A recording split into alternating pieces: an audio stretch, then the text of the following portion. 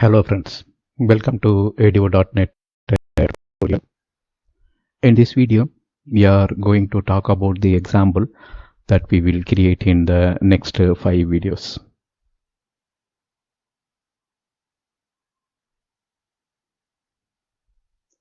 So here if you see, first we will display list of customers in the first grid view 1, and then we have a customer ID filtering.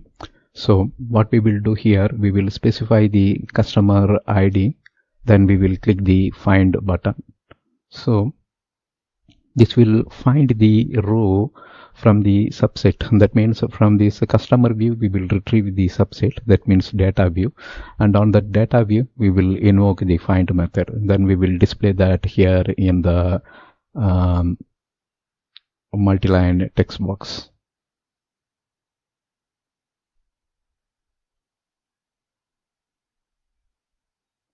Right. Next here if you see, we can also specify a sort key. So we can specify sort key for specific column, then we can specify the column value. After that we can invoke the find. There are 3 ways of finding the records that we will explore when we implement the example.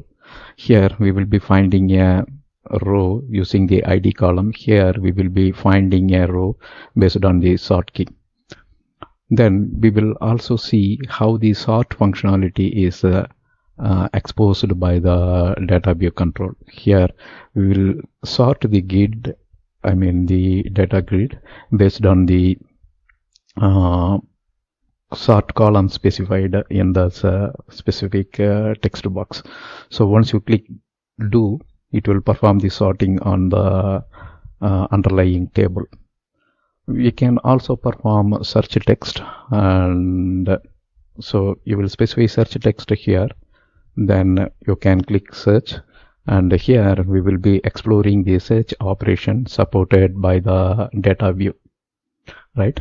So after examining this functionality, we will see how to retrieve a subset of data. That means from data table, from data view we will get a data table. So we will generate data view, and from data view we will get a data table. So this is also possible. Once you have a data view, from there you can extract a subset of data as a separate data table. So test2 table that here we will examine. That means we will retrieve a data table and we will assign that here in the second data grid.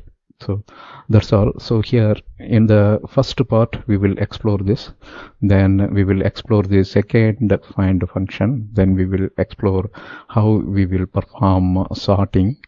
That's third. Fourth, we will see how we can filter the data, and in the fifth example we will see how to retrieve data table from DataView.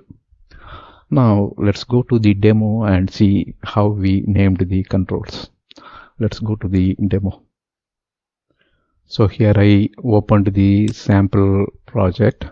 You can create a new Windows based application, and here we named it as ADO10 DataView, and this is the form design.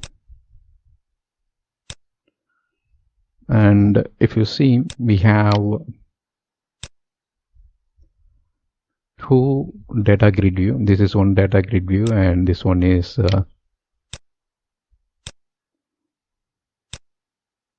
second data grid view. Right, this is a data grid view, second one, and here we just placed some label and we decorated it. So list of customers. So this is a 2 table subset, and in the bottom if you see, we placed a multi-line text box control. So this is just a text box. We named it as txt result, and then set multi-line property to true. Once you set multi-line property to true, you can expand this text box height wise to show multiple line of text. And the scroll bar, if you see, we opted for a vertical scroll bar. Here vertical scroll bar will get displayed when number of rows are not visible inside this text box, then scroll bar will get presented.